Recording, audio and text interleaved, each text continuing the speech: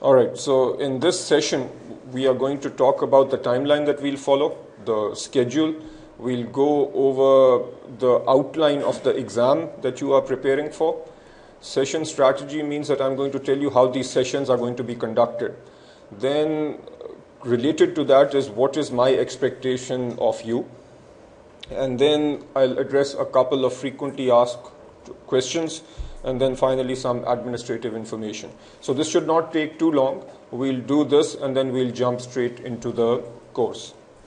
What I try to do is record all the classroom sessions, because in case you miss a session, you can then just go back and listen to this recording. And unfortunately, there'll be some people who'll show up late. They can just listen to this recording. Okay, first, the timeline and some basic dates so we know where we are going. Today is 10th June and we are starting the course. Okay, we plan to go on till 28th October or end of October. So over this period, roughly 5 months, we will complete the course, which then actually a point that you will see in more detail on the next slide is after every topic that we cover, there will be a quiz. And I'm going to suggest to you that the moment we start a topic, you need to start getting ready for the quiz, and you will see why. In the last month, which is the month of November, we will do revision. Now, during that revision, some of you might choose to come, some might not come, that's okay. But the point is that there is so much material that you need some time to then go over that material again. And there is material that we cover in the beginning, which you can only fully understand after you do some additional material that comes later. So it makes sense to go through the whole course and then go back and do a lot of revision. And during this revision, there will also be a lot of practice. As I keep saying, the key to passing this exam is understanding the core concepts and then doing a lot of practice. And obviously, you need to be practicing all along. But the way you can think of it is in the early stages, the practice is partly to get the concept. And then in this last month, the practice is to consolidate the concept and to get ready for the exam. So during this time, you will actually be practicing doing mock exams and so on. Now, a few other dates to keep in mind in the last month. Typically 2 Saturdays before the actual exam. So your actual exam is on 1st December. 2 Saturdays before that is 17th November. The CFA Association of Pakistan typically conducts a mock exam. And that exam is structured very much like the actual exam. So what I want you to have in mind is that you are going to take that exam. Key point is that if you get ready, prepare yourself for this date. A few weeks ago, this exam was held at ICAP, which is right nearby, near Teen Talwar. So have in mind that you are preparing for that exam. Then the point is, you will do that exam, you will find out where you fell short, and then you have 2 full weeks to again slog and get ready for the actual exam, which is on 1st December. Very often, historically, the exam has been conducted on the first Sunday of December, but this time they have moved it from Sunday to Saturday, and in December you are not getting any extra days. On the 1st of December you have your exam, so get ready for that. On 24th November we'll do a mock exam right here, and I'll give you more details on this later, but essentially the CFA Institute issues a mock exam. So what I have my students do is make a copy of that mock exam and come here and spend all day doing that exam in an exam-like setting. Okay, so anyway, these things will get clear later. Right now, we are going to be focused on covering the topics. In terms of topics, at CFA level 1, we have 10 topics. And actually, in a sense, these topics continue through level 2 and level 3. So what you see here is the 10 topics, the weightage associated with each one of these topics. So economics is worth 10% of the exam, quantitative methods 20%, FRA is 20%, financial reporting and analysis. This is the heaviest chunk. And the reason this has so much weightage is when, as a financial analyst, you want to evaluate a company, one of the most important sources that you have is the financial statements of that company. So being able to read, interpret, understand, analyze those financial statements is absolutely critical, and hence that is a major chunk of this exam. Corporate finance is 8%, portfolio management, equity, fixed income securities, derivatives, alternative investments, and then ethics is 15%. This is also critical. And the point with ethics is that it is a little bit tricky. Lots of people have issues with this. So at many centers, people don't pay a lot of attention to ethics, but what I plan to do is spend a fair amount of time on ethics. In the past, I did it also in the beginning, but what I found out is in ethics, there are several terms used that you can only understand once you've gone through these topics. So this time what I'll do with ethics is do it carefully at the end. However, all these lectures are already available to you. If you want to start listening to these lectures, please go right ahead. In fact, it might be a good idea that when your brain is not working too well, you just turn on a lecture and just start listening to things, and something will hopefully stick. Anyway, so ethics we'll do at the end, and this says 15%, but if you do well on ethics, the CFA Institute gives you bonus points. Okay, so if you look through their grading strategy, they essentially say that even though ethics is 15%, but I would almost put it a 15% plus. If you do well on this, you get a bit of a boost. So needs to be taken extremely seriously. Okay, now this I don't expect you to read right now, but I have created a very detailed schedule and this will be emailed to you or put on our website, where for every reading, like today we'll do reading 13, which is economics, demand and supply analysis. This is class number 1, and we are doing this today. Since we are getting started, I'm just going to do one reading. But then in the next class on 14th June, which is class number 2, we'll have these 2 readings. So effectively, I have mapped out the next 5 months. And I can do this because I've taught this material so often that I am now at a level where I can just create the whole schedule. Maybe we get off a little bit here or there, but ultimately we'll come back to this schedule. And note that we are starting economics today on 10th June. The quiz is on 1 July. So right now you know what the quiz date is, so start preparing. And you will notice that the economics that we are covering between 10th June and 24th June, this is economics that you cover in 1 year in college. It's a big fat book on economics that we are going to go through.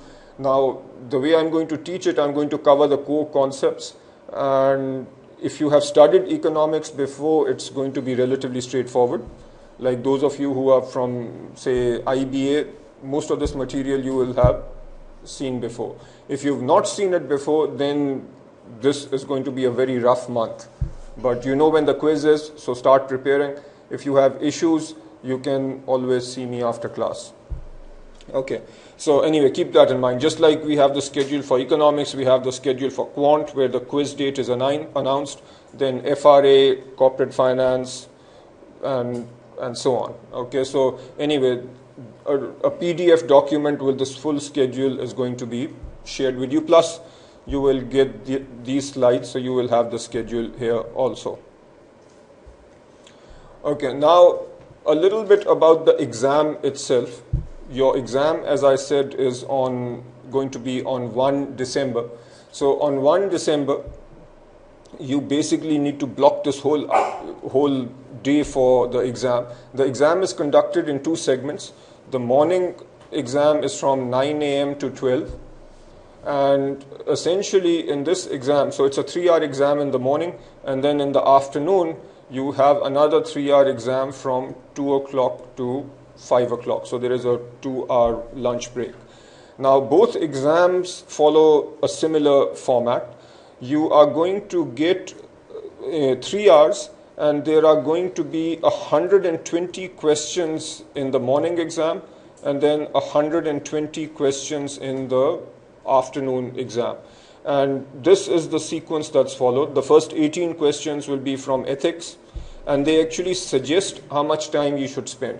On average, you should spend 1.5 minutes per question. That's just basic maths. So you have 120 minutes, 120 questions and 180 minutes. So you have about 1.5 minutes per question. Some questions will take longer, some questions will take shorter. But I hope you can see this over here. So what this is just the snapshot from the first page of the exam, where it tells you first 18 questions are from ethics, suggested time is 27 minutes. Now, these times, 27 minutes, 21 minutes for quant, these are just guidelines. Nobody will come to you and say, okay, 27 minutes are over, now you have to do quant. You can do these questions in any order that you want. I generally advise that you start with the topic that you are good at. Okay, so getting off to a good start is key. One of the worst things you can do on an exam is get off to a bad start. What happens then is even things that you know you mess up. So I strongly advise that on the exam you start with the topics that you are good at. Once you are in a good flow, then you can sometimes even do issues that questions that you have trouble with. But this is the exam format, both in the morning and the afternoon. So total will be 240 multiple choice questions. So format, as I just mentioned, is all multiple choice. You'll be given some information and then you have to pick A, B or C. Okay, so it's, even if you have no clue, you have a 33% chance of getting it right. Okay, but our job here is to increase that probability.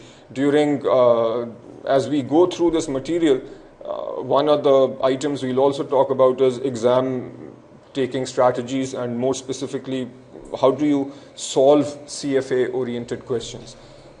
As a side remark, with CFA questions, probably 60 to 70% is knowledge of the underlying material, and sometimes 30 to 40% is just understanding the English that they use. So they keep using, give a whole bunch of English and then say it is least likely that something or most likely that something. So they have even if you studied this material before, you need to get used to how the CFA Institute asks questions. And the way you will get good at it is by practicing lots of questions. Okay, the next is session strategy. So how are we going to conduct these classes? Obviously today is an exception because today is the first class, but what I will expect in the future is that before coming to class you listen to the relevant video lecture. And the strategy that we are going to use is probably the most, the way people teach evolves, and the way teaching happens now, partly it's beginning to happen in the US, is given all the technology that we have, you can listen to the lecture before coming to class. And what's the benefit of that? The benefit, as I'm sure you've felt, when you are listening to a lecture in college, there are 2-3 issues. One is you don't retain everything. In fact, studies have shown that about 10% on average of what the teacher says is retained. Okay, that's one issue. The other issue is that different people are at different levels. You might have people over here who've studied this material 2 times before, and there are people who are seeing the material for the first time. Now, how can an instructor cater to both those extremes at the same place at the same time? Not possible. Okay, so an instructor tries to go at some medium level, which tends to be too fast for some people and too slow for other people. I'm sure all of you have seen that or felt that. So how do we deal with that problem? We deal with that problem by making the video lecture available to you beforehand. So if you've seen this material before, you can just breeze through the lecture. If you've not seen the material before, then you listen to it 3 times. Okay. The benefit is when we come to class, everybody is at roughly the same level. And furthermore, Before coming to class, concepts that you just did not understand from the video lecture, you mail to me about 24 hours before class, so that I can then plan to cover that as part of our classroom session. That's one point. You don't have to send in questions if you understood the material, but if you have issues, then you mail those in. Secondly, in class, then we can cover the most important concepts, and we can cover the questions that you sent in, and we can do practice problems. So the classroom then gets converted into a working session. If you are just listening to me, you are not, obviously, it's hard to keep your concentration for 2.5, 3 hours. It's hard enough for 1 hour. So imagine just sitting here and listening to me for 3 hours. It's a very scary thought. It's impossible to retain everything. So key is, if we are working and doing practice problems, then you will enjoy it more and you will learn more. Okay, so that's how we are going to cover this. And even then, if after class you want to stay back and discuss anything, you can always do that. Okay, now some basic expectations from my part. One, it sounds really simple, but be organized. So when you are listening to a lecture, so get a dedicated notebook. What some people do is just take scraps of paper, and I know it sounds really basic, but it happens a lot. Just taking scraps of paper, writing things down, losing scraps of paper, that just creates problems towards the end. If you get a notebook now and start in a proper way, taking notes, noting down formulas, learning formulas, this will help you a lot in the end. I'm sure you've noticed that when you prepare for an exam, if you go back and look at your own notes and your own formulas, they are just easier to remember. So if you are organized, that will help. Get your study material as soon as possible. So the question then is, what study material do you need? As soon as you register for the exam, you will get, within a week or 2 weeks, you will get the curriculum. So that study material is the curriculum. Make sure you get that. The second thing is notes. So while it is not required, but many people benefit, at least I've seen in the past, that people get either Schwezer notes or notes from some other prep provider. So it doesn't really matter to me what you use. Most people tend to use Schwezer, which is fine, but you can use other notes, and I'll come later to why they might have some value. And the third is, you need to get your calculator. So either you need a Texas Instruments BA2+, which is the one I recommend because that's the one I use, and all my tutorials are based on that, or you can get a HP, which I don't know how to use. So if you have issues with that calculator, you don't come to me. But if you have issues with the Texas Instruments, that I can help you with. Okay. Anyway, listen to the video lecture before class. I am repeating this because it's very important. At the end of every class, I will tell you what to practice, and pretty soon you will start getting used to what the practice is. Essentially, it's going to be practice all the questions in the curriculum, and if you are using Schwezer, then practice all the questions in Schwezer or whatever study notes you use. Take the quizzes very seriously. In the past, there were situations where people would not show up for the quiz, but that would be your loss. If you study hard and prepare for the quizzes, that's the best thing you can do for yourself. And I'm sure you've noticed this, and having taught for a fair amount of time, the way students here work is when there is a deadline and a quiz, then people study.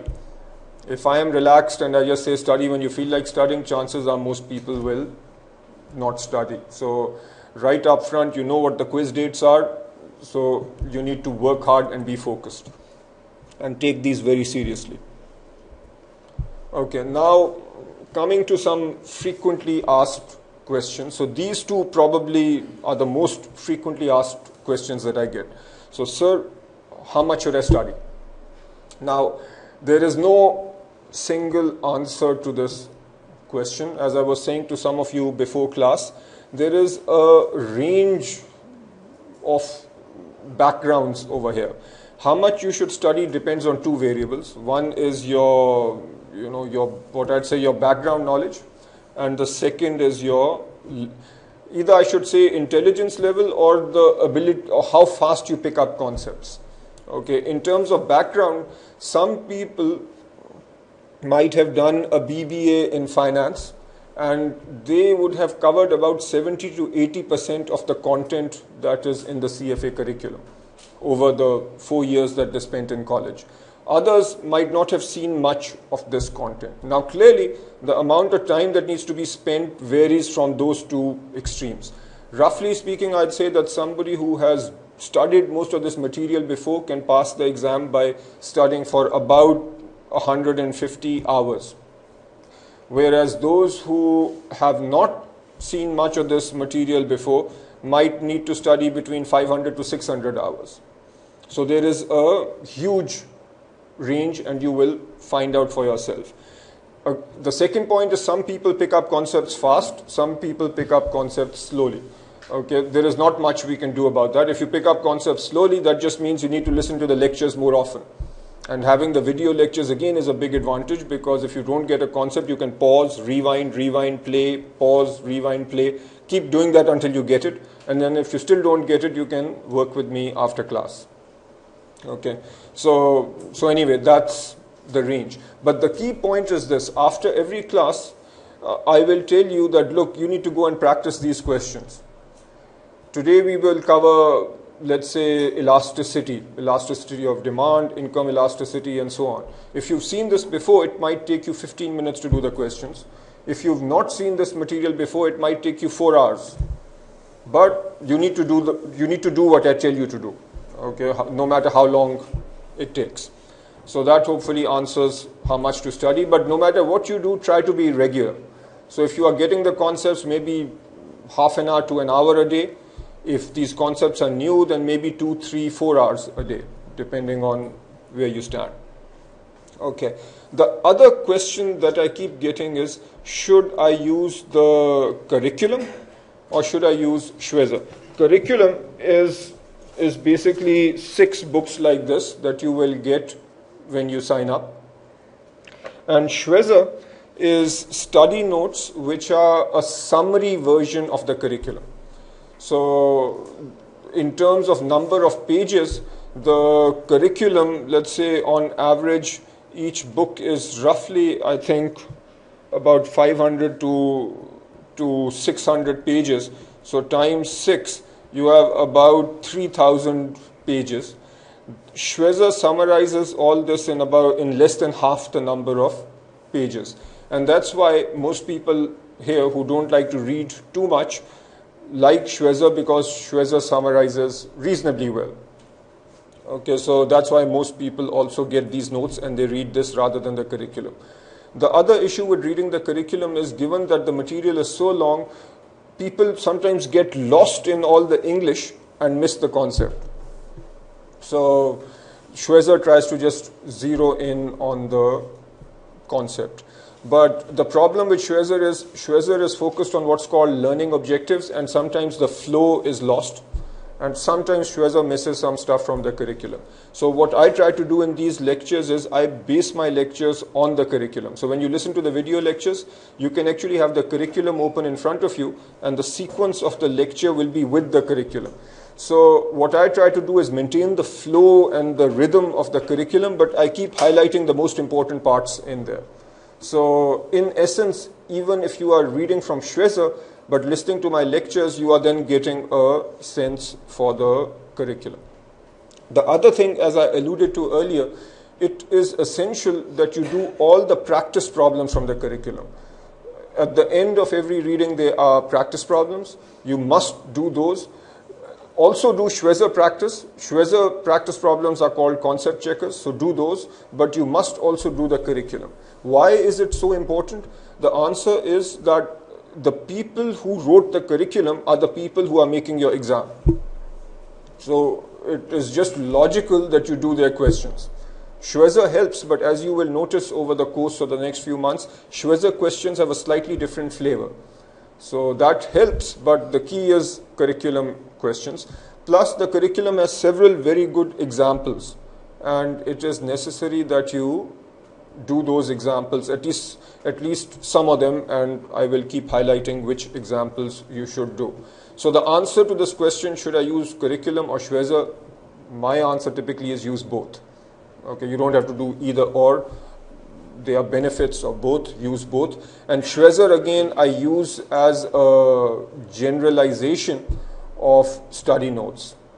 Okay, so just like when you are having a cold drink, you know, the word I'm going to drink a Coke just means I'm going to have a cold drink. Okay, similarly Schwezer is just the general term for study notes. Most people use Schwezer, so I use the term Schwezer. Okay, class timings, Sundays 11 to 2. Typically we might get done with stuff by about 1:30, because you know, after a certain point the brain just gets saturated. So I'll try to finish by 1:30, which means that the last half hour is for people who want to stay back and ask questions. So if you don't want to interrupt the flow in class, then you can stay back and ask questions. So then actually this is a typo. The next class is on Thursday from 6:30 to 9 o'clock. And here again, if you want to stay back after class and ask questions, you can.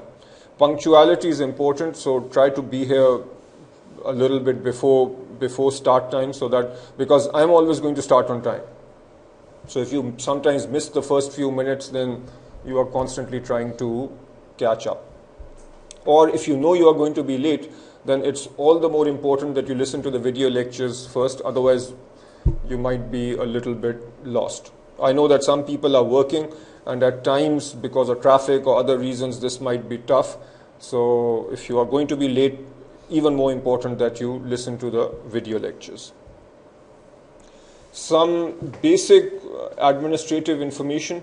If you have, if you've not done so already, our registration process is very straightforward. You simply fill out a form with your information. Try to include your Gmail ID in there for reasons that I will get to shortly. When you make your payment, that's when you register. Some of you want to take 1 or 2 classes just to get a sense for whether this works for you. That is totally okay. You can sit in 1 or 2 classes, and then if you decide to take classes, great. If you don't decide to take classes, that's perfectly okay. The total cost is 40,000, and we don't give any discounts because we've just had bad experiences with that in the past. If people have trouble paying, you can work with Wakil. So all this material is handled by Wakil, who's sitting outside. If you have trouble paying this upfront, you can work with Wakil and set up a payment schedule. So you can pay 10,000 a month, or you can basically work out with Wakil whatever suits you. Okay, once you register, you will get access to all the slides and video lectures for the rest of the course. Okay, so make sure that you are on top of, so once you register, you will get this material. All the material is going to be placed on Google Documents, and if you've not used this before, it is extremely simple. You can ask Wakil if you have any issues, but the way it works is the lecture documents and the videos are placed on Google Docs. If you are signed in using Google, you can just go into Google Docs and you can easily download the videos, or if you can play the videos directly from Google Docs. Also, if you come to our website and you are logged into Google, you can just click on a video and it will play. Okay, so it is, once you figure it out, it is extremely convenient. If you have any issues, you can contact Wakil anytime between, say, 9 a.m. and 9 p.m. So any issues, call him. If you have your academic issues, so if you have an issue understanding a concept or you want it covered, then you email me directly at this ID. Okay, so that's your basic administrative information. All right, if you have any administrative questions, you can ask now. Otherwise, we will start our lecture on economics.